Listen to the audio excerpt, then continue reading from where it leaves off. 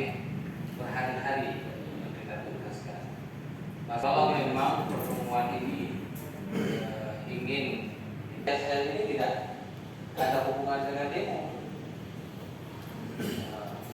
duduk kembali dalam forum yang sama, mungkin bisa saja Pak Kapolres hadir, Pak Dandim hadir, Pak Bupati hadir, Dewan hadir, Dinas hadir. Nah, ada hubungan kerja kita bahas. Apa tuntutan mereka? Tuntutan masalah tenaga kerja supaya kita terarah pertemuan hari ini jangan sampai sia-sia. Mumpung hari ini tidak mesti mewajibkan kita mengambil solusi hari ini terus. Saran dinas, misalnya yang dibutuhkan kita adalah kanun. Contoh masalah tenaga kerja. Ada item-item yang perlu kita tambah untuk